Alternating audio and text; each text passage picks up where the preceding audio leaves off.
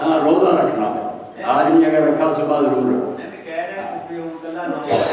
آپ نے یہ سننا ہے کہ رسول کریم علیہ السلام نے قرآن نے بلکہ کہا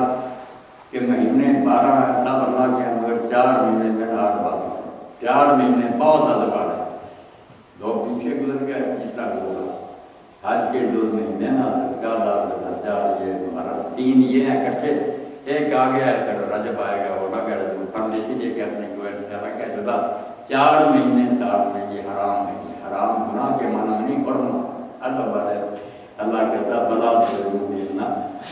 گناہ ہر وقت برا مگر 4 مہینوں میں بہت فائدہ کرو، جیسے مکہ میں گناہ ہے نا اس کا بدلا زیادہ سن ہو جاتا، یہ 4 مہینوں میں کوئی نہ گناہ کرو۔ ان میں سے محرم کے بارے میں حضور نے فرمایا شہر اللہ کا، یہ اللہ کا خاص مہینہ، اس کو بہت اللہ کا مہینہ کا، اللہ کے مہینے سارے اللہ کے، اس کی شان کی ہے۔ اور روزوں کے بارے میں جب پوچھا کہ اللہ کے رسول اللہ علیہ وسلم رمضان کے بعد کس مہینے کے روزے سب سے افضل ہے، فرمایا جس میں جتنے رکھے اتنے زیادہ ثواب ہے، اور 2 جو ہے عاشورے کا فرمایا کہ عاشورے کے روزے سے 1 سال کی گناہ معاف ہو جاتا ہے۔ تو صبح کوشش کرو، وہی چھوٹے دن ہے،